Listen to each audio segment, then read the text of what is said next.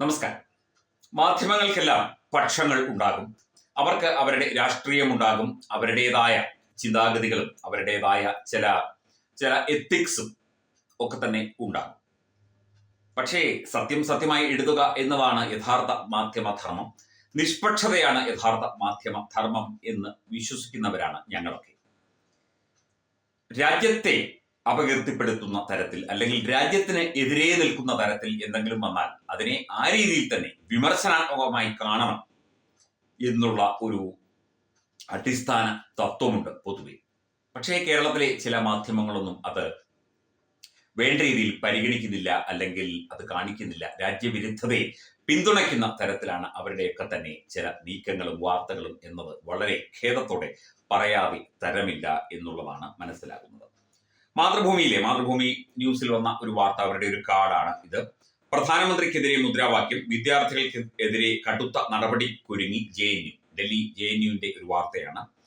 2 ദിവസം മുൻപ് വന്നതാണ്. പുറത്താക്കൽ, ഡീബാർ ഉൾപ്പെടെയുള്ള ശിക്ഷാ നടപടികൾ പരിഗണനയിൽ എന്ന് പറഞ്ഞുകൊണ്ടാണ് ഈ മുദ്രാവാക്യം എന്നുള്ളതാണ് നമ്മൾ മനസ്സിലാക്കേണ്ടത്. പ്രധാനമന്ത്രിക്കെതിരെ മുദ്രാവാക്യം, തീർച്ചയായിട്ടും പ്രധാനമന്ത്രിക്കെതിരെ മുദ്രാവാക്യം വിളിക്കുന്നതും പ്രധാനമന്ത്രിക്കെതിരെ വിമർശനങ്ങൾ ഉന്നയിക്കുന്നതും പ്രധാനമന്ത്രിക്കെതിരെ അദ്ദേഹത്തിന്റെ പ്രവൃത്തികൾക്ക് അല്ലെങ്കിൽ അദ്ദേഹത്തിന്റെ പദ്ധതികൾക്ക് അദ്ദേഹത്തിന്റെ രാഷ്ട്രീയത്തിനെതിരെ പോലും മുദ്രാവാക്യം ഉയർത്തുകയോ അത്തരത്തിൽ പെരുമാറുകയോ ചെയ്താൽ എന്തിനാ പ്രധാനമന്ത്രിയെ ചീത്ത വിളിച്ചാൽ പോലും അദ്ദേഹം ഒന്ന് പുഞ്ചിരിക്കുകയുള്ളൂ.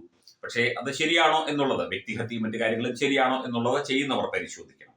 ഇതിപ്പോൾ JNUവിൽ നടന്നത് എന്താണ് എന്ന് നമുക്കൊന്ന് ചിന്തിക്കേണ്ടിയിരിക്കുന്നു. അതായത് മോദിയെയും അമിത്ഷായെയും കൊല്ലും എന്ന് പറഞ്ഞുള്ള മുദ്രാവാക്യം, അതായത് ആ ധ്വനിയിലുള്ള മുദ്രാവാക്യം.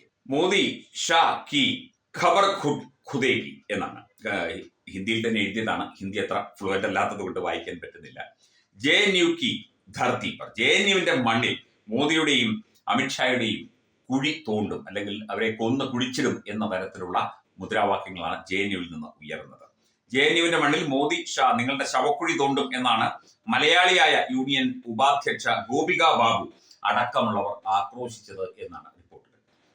ഒരു രാജ്യത്തിന്റെ പ്രധാനമന്ത്രിയുടെ ശവക്കുഴി JNUവിൽ തോണ്ടും, രാജ്യത്തിന്റെ ആഭ്യന്തരമന്ത്രിയെ കൊന്നു കുഴിച്ചു മൂടും എന്നൊക്കെ പറയുന്നതാണ് മുദ്രാവാക്യം വിളിയായി മാത്രം മാതൃഭൂമി നൽകിയത് എന്നത് എന്ത് തരത്തിലുള്ള പത്രധർമ്മമാണ് എന്ന് മനസ്സിലാകുന്നില്ല. അതും 2020 പൗരത്വ ബില്ലിനെതിരായ സമരത്തിന്റെ ഭാഗമായി 53 പേർ കൊല്ലപ്പെട്ട കലാപത്തിൽ മുഖ്യപ്രതിയായ കശ്മീരിൽ ഇന്ത്യ അധിനിവേശം നടത്തുന്നു എന്ന് പറഞ്ഞ ഉമർ ഖാലിദിന് ജാമ്യം നൽകാത്തതിന്റെ പേരിലാണ് ഈ ഒരു മുദ്രാവാക്യം വിളി ഉയർന്നത്. ജാമ്യം നൽകുന്നത് പ്രധാനമന്ത്രിയല്ലല്ലോ, ആഭ്യന്തരമന്ത്രിയുമല്ല, കോടതിയല്ലേ. രാജ്യത്തിന്റെ പ്രധാനമന്ത്രിയുടെയും ആഭ്യന്തരമന്ത്രിയുടെയും ശവക്കുഴി തോണ്ടും എന്ന് പറഞ്ഞത് വെറും മുദ്രാവാക്യമാണ് എന്നാണ് മാതൃഭൂമി റിപ്പോർട്ട് ചെയ്തത്. ഇത് തന്നെയല്ലേ അവലും മലരും കുന്തിരിക്കവും വെച്ച് കാത്തിരുന്നോളാൻ പോപ്പുലർ ഫ്രണ്ട് ഭീകരർ കേരളത്തോട് പറഞ്ഞത്? കോൺഗ്രസ്സുകാരും കമ്മ്യൂണിസ്റ്റുകളും സകലമാന മൂർഖൻ പാമ്പുകളും എത്ര കരഞ്ഞാലും രാജ്യവിരുദ്ധരുടെ ഭീകരവാദികളുടെ ഫാക്ടറിയാകാൻ ഇനി JNUവിനെ അനുവദിക്കില്ല എന്നുള്ള കാര്യം കൂടി ഒന്ന് മനസ്സിലാക്കിയാൽ നന്നായിരിക്കും. ഇത്തരത്തിലുള്ള റിപ്പോർട്ടുകൾ പുറത്തു വരുമ്പോൾ അത് പ്രധാനമന്ത്രിക്കും ആഭ്യന്തരമന്ത്രിക്കും അവരെ കൊല്ലും എന്ന് പറഞ്ഞ് മുദ്രാവാക്യം മുഴക്കി അവർക്കെതിരെ നടപടിയെടുത്തു, അല്ലെങ്കിൽ അവർക്ക് വധഭീഷണി എന്ന തരത്തിൽ വാർത്ത കൊടുക്കാൻ മാതൃഭൂമിക്ക് എന്തേ കഴിയാത്തത് എന്നുള്ള ഒരു ചോദ്യം ഉയരും, സ്വാഭാവികമായിട്ടും ഉയരും. വെറും മുദ്രാവാക്യം വിളിയല്ല. മോദി ഗോ ബാക്ക് എന്നോ അല്ലെങ്കിൽ അമിത്ഷാ ഗോ ബാക്ക് എന്നോ അല്ലെങ്കിൽ നിങ്ങൾ പറഞ്ഞാൽ ഞങ്ങൾ അനുസരിക്കില്ല എന്നോ വി വോണ്ട് ഒബേ യു എന്നോ പറഞ്ഞൊക്കെ മുദ്രാവാക്യം വിളിക്കുകയാണെങ്കിൽ അതിനൊക്കെ ഒരു മുദ്രാവാക്യത്തിന്റെ ഛായയുണ്ട്.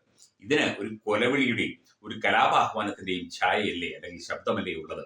മോദിയുടെയും അമിത്ഷായുടെയും കുഴിമാടം തീർക്കും JNUവിന്റെ മണ്ണിൽ എന്ന് പറഞ്ഞ് മുദ്രാവാക്യം വിളിച്ചിട്ട് അവർക്കെതിരെ നടപടി എടുത്തപ്പോൾ മാതൃഭൂമിക്ക് എന്തുകൊണ്ട് സഹിക്കുന്നില്ല എന്ന ഒരു സംശയം അല്ലെങ്കിൽ ചോദ്യം തീർച്ചയായിട്ടും ബാക്കിയാവുകയാണ്. ഇതാണോ പത്രധർമ്മം? ഇതാണോ ഒരു പത്രം അല്ലെങ്കിൽ ഒരു മാധ്യമം ചെയ്യേണ്ടത് എന്നത് പൊതുസമൂഹം തീർച്ചയായിട്ടും, കേരളത്തിലെ പൊതുസമൂഹം അല്ലെങ്കിൽ രാജ്യത്തിലെ പൊതുസമൂഹം തീർച്ചയായിട്ടും ചോദിക്കും. ആ ചോദ്യമായി തന്നെ ഉന്നയിക്കുകയും ചെയ്യും. കൊലവിളികൾ നടത്തുകയും കലാവാഹനങ്ങൾ നടത്തുകയും ഒരു വിദ്യാഭ്യാസ സ്ഥാപനത്തിന്റെ മറവിൽ മത തീവ്രവാദവും രാജ്യവിരുദ്ധതയും വളർത്തുകയും ചെയ്താൽ ഇടതുപക്ഷ മത തീവ്രവാദ ഗ്രൂപ്പുകൾ അല്ലെങ്കിൽ ഇടത് ജിഹാദി ഗ്രൂപ്പുകൾ അവിടെ കിടന്ന് ഇത്തരത്തിൽ തോന്നിയാസങ്ങൾ വിളിച്ചു പറയുമ്പോൾ, ഭീഷണികൾ മുഴക്കുമ്പോൾ വെറുതെ കയ്യും കെട്ടി നോക്കിയിരിക്കാൻ ഒരു സംവിധാനത്തിനും പറ്റില്ല. തീർച്ചയായിട്ടും നടപടിയെടുക്കും. അത് മാതൃഭൂമിക്ക് സഹിക്കുന്നില്ലെങ്കിൽ അത് അങ്ങ് സഹിക്കുകയോ അല്ലെങ്കിൽ അതങ്ങ് ഉൾക്കൊള്ളുകയല്ലാതെ വേറെ മാർഗമില്ല. മോദിയെയും അമിത്ഷായും ഒക്കെ കൊന്നു കൊലവിളിക്കും എന്നൊക്കെ മുദ്രാവാക്യം ഇവർക്ക് ആര് പറഞ്ഞു കൊടുത്തു, ഇവർ ആർക്ക് വേണ്ടി വിളിച്ചു എന്നുള്ള കാര്യം എല്ലാവർക്കും അറിയുക തന്നെ ചെയ്യും.